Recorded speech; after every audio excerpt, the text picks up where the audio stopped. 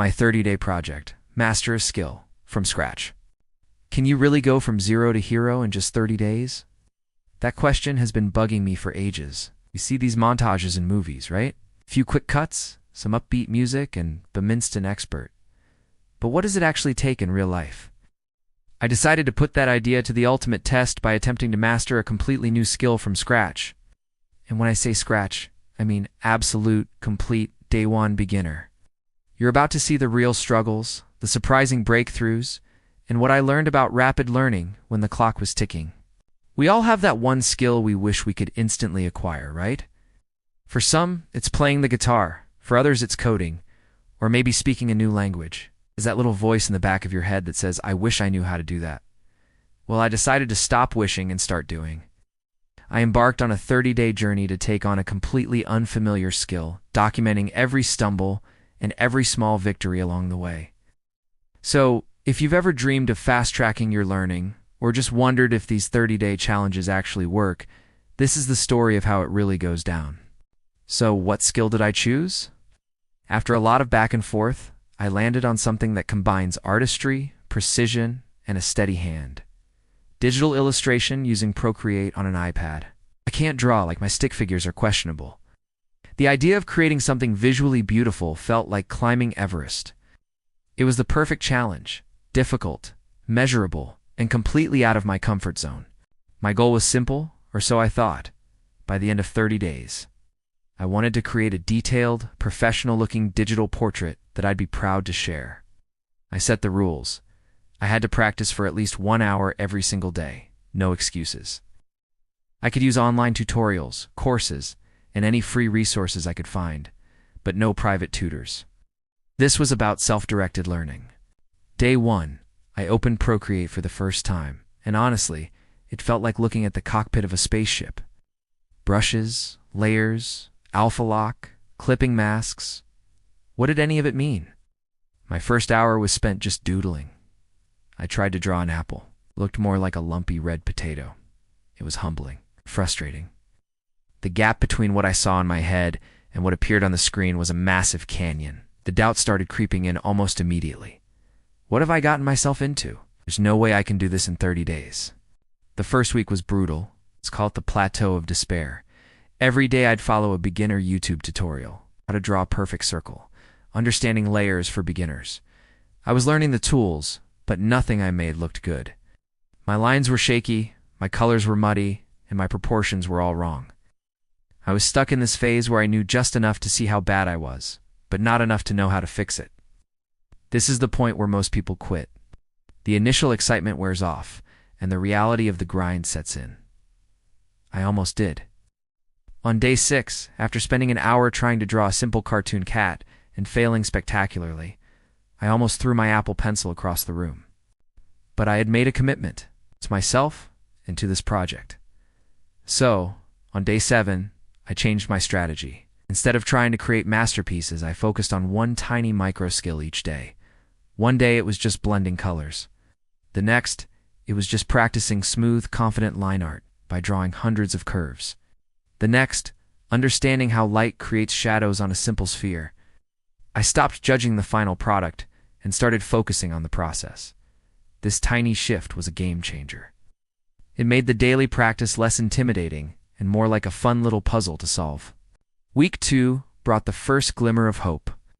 I started to develop some muscle memory. I wasn't fumbling for the undo button quite as much. I discovered the magic of layers. Oh my gosh, layers.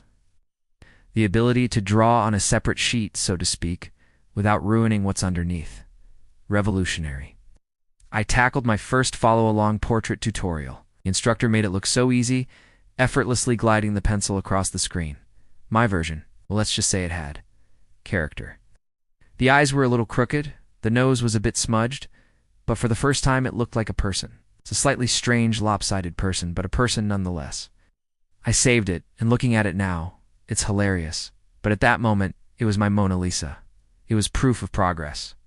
This is where the concept of deliberate practice really clicked for me. It's not just about putting in the hours. It's about how you use those hours.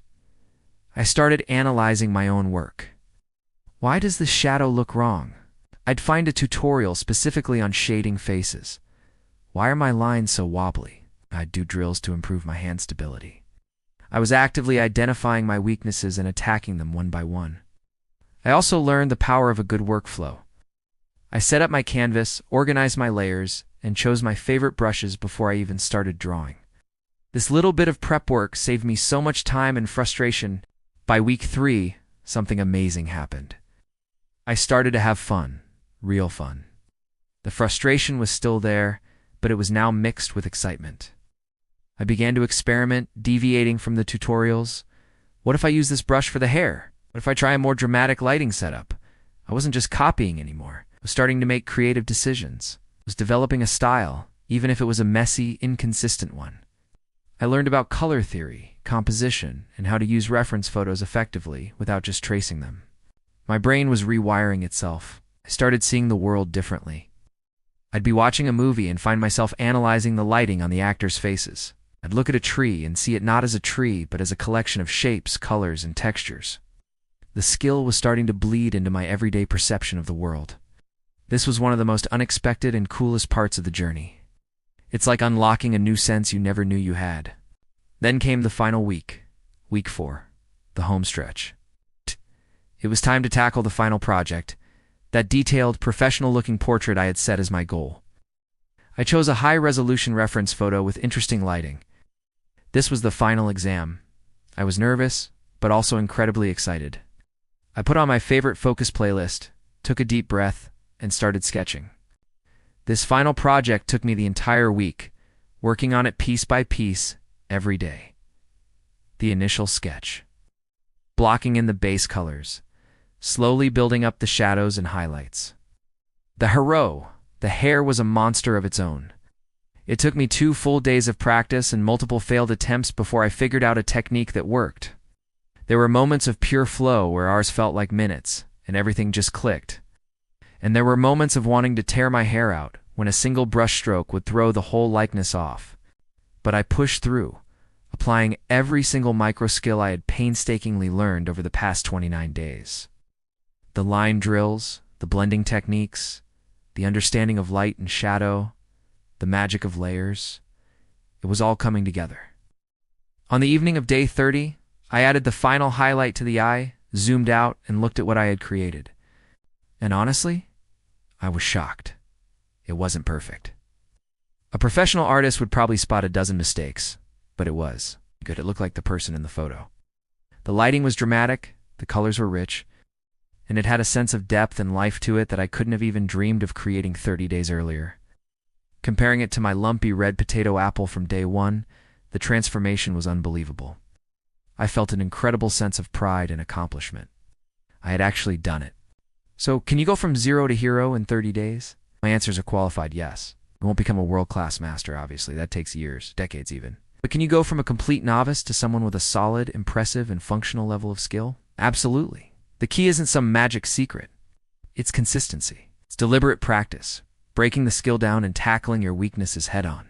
Most importantly, it's pushing through that initial wall of frustration where everything feels impossible. This journey taught me more than just how to draw. It taught me about the power of small, consistent efforts. It showed me that the human brain is incredibly adaptable if you just give it the right stimulus and enough repetition. It proved that the biggest barrier to learning something new isn't a lack of talent. It's a lack of patience. If you've been putting off learning that one thing, take this as your sign. You don't need to be a hero overnight. Just be a little better than you were yesterday. In 30 days, you might just shock yourself.